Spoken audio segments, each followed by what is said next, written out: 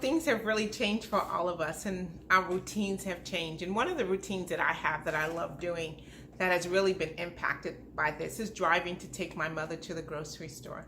She lives 3.5 hours away, but it's my way of being able to make sure I connect with her at least twice a month. And sometimes just it only happens once a month, but I know that at least I'm able to see her and connect with her and spend time with her.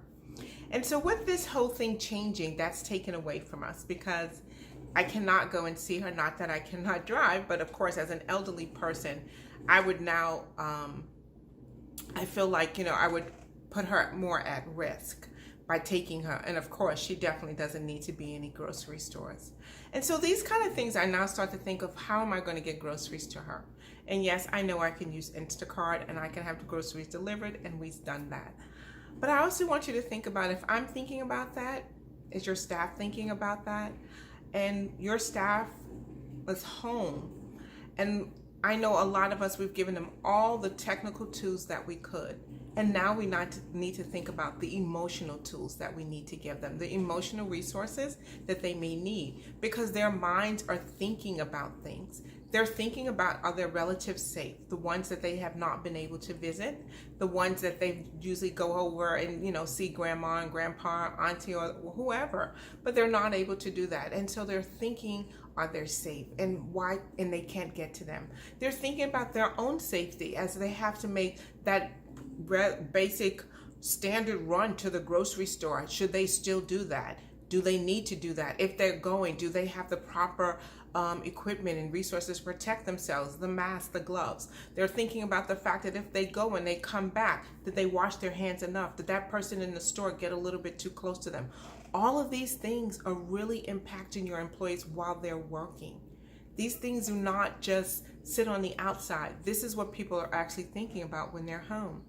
And they're also, the fact that they have a job can also sometimes also be strenuous. And you wonder why, that anyone who's working now should be super excited, but it also can give some sense of guilt. That why did I get to keep my job and so didn't?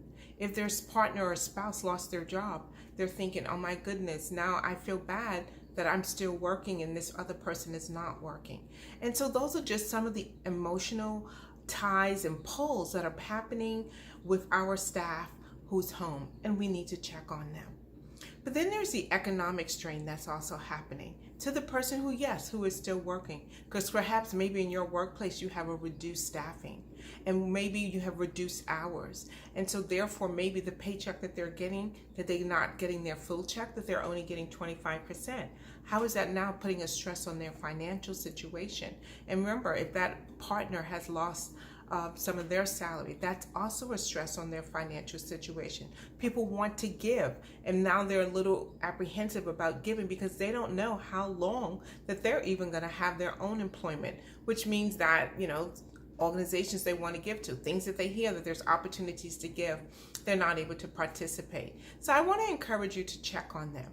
And so checking on them could be right from where you are and checking on them on a consistent basis. And so one of the things I used to love to do with my staff is have one-on-one meetings, and you may already be doing that.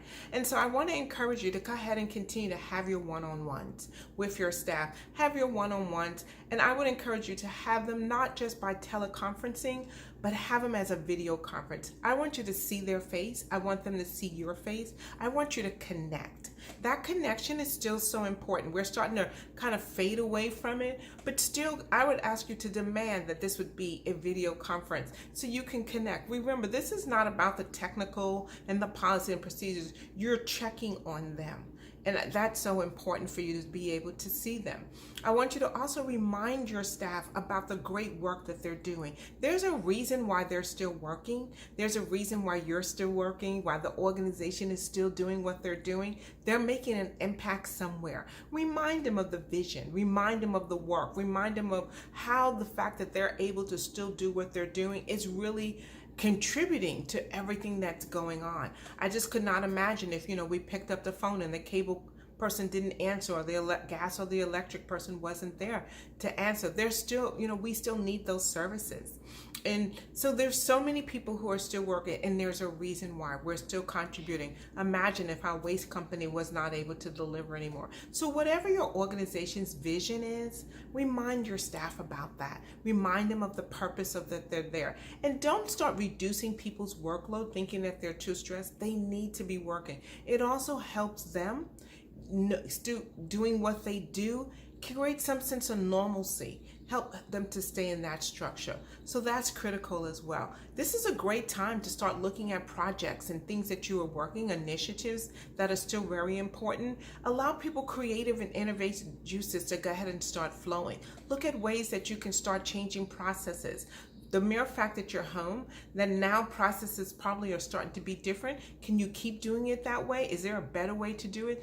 This is a great time to start looking at your organization from a different landscape or a different view, because you do have a different perspective of work. So I want us to check on our staff, make sure that they're doing well. You got to keep them engaged. If they start slipping away and becoming disengaged with the work that they're doing because they're losing the purpose and understanding why they're there, if they start seeping into some sort of depression or really deep sadness because their emotions are starting to overtake them, it will be very difficult for us to get them out of that place. And that's not a place that we want anyone to be emotionally. So let's stay in contact with them. Let's check on them. Let's see if they're doing. Some of them are not doing okay. But you, as a great manager, go ahead and make sure you check on your staff and make sure that they are doing okay. I'm Sable Badaki, and I'm creating workplaces where women will thrive, and I know you are too.